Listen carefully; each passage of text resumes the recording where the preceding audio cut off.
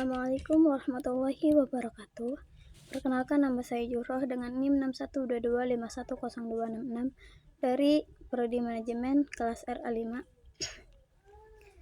Tujuan pembuatan video kali ini yaitu untuk memenuhi tugas ujian akhir semester mata kuliah pendidikan anti korupsi, dan di video kali ini saya akan sedikit menjelaskan atau memaparkan tentang upaya pemberantasan korupsi. Sebelumnya, ada yang tahu apa itu korupsi?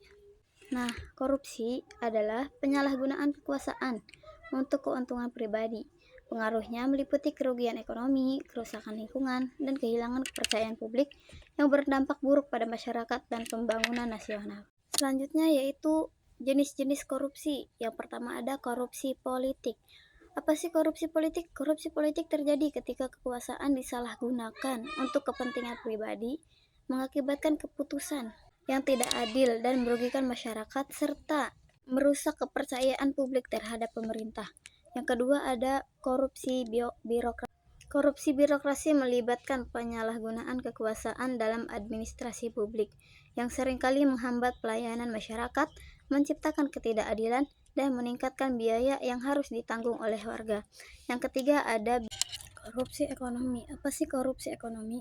Korupsi ekonomi merugikan pertumbuhan dan stabilitas ekonomi, menciptakan efisiensi, mengurangi investasi, dan pada akhirnya mengurangi kualitas hidup masyarakat serta memperburuk kesenjangan sosial.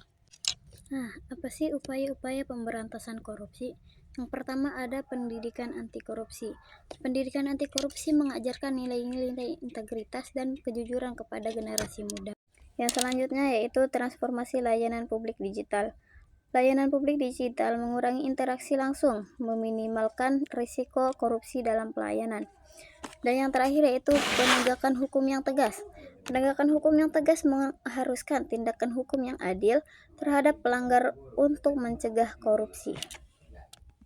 Selanjutnya ada pendidikan anti korupsi sejak dini.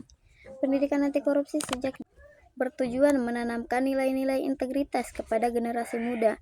Program di sekolah dan universitas membantu siswa memahami pentingnya kejujuran dan transparansi dalam pemerintahan dan kehidupan sehari-hari. Selanjutnya ada digitalisasi layanan publik.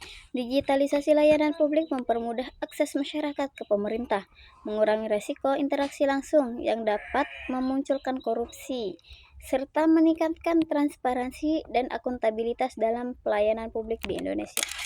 Selanjutnya yaitu penegakan hukum yang tegas. Penegakan hukum yang tegas dan tanpa pandang bulu sangat penting dalam memberantas korupsi. Hal ini menciptakan efek jera serta meningkatkan kepercayaan masyarakat terhadap sistem pemerintah dan keadilan. Selanjutnya ada transparansi informasi publik. Inisiatif transparansi informasi publik melalui portal online. Kemungkinan masyarakat mengakses data anggaran pemerintah secara langsung, memperkuat akuntabilitas, dan mendorong partisipasi publik dalam pengawasan penggunaan dana negara. Selanjutnya, pengawasan masyarakat. Pengawasan masyarakat memainkan peran kritis dalam meningkatkan akuntabilitas pemerintah. Dengan memberdayakan warga, mereka dapat melaporkan penyimpangan dan memastikan bahwa proyek publik dilakukan secara transparansi dan sesuai dengan kepentingan masyarakat. Dan ada reformasi birokrasi. Reformasi birokrasi menciptakan layanan publik yang lebih baik melalui peningkatan efisiensi, transparansi, dan akuntabilitas. Modernisasi ini menyokong integritas pemerintahan dan meningkatkan kepercayaan masyarakat terhadap lembaga publik. Dan selanjutnya ada apa sih dampak korupsi? Dampak-dampak korupsi. Yang pertama yaitu kerugian ekonomi, erosi kepercayaan publik, dan kerusakan lingkungan. Mungkin itu saja yang dapat saya sampaikan. Semoga bermanfaat bagi kita semua.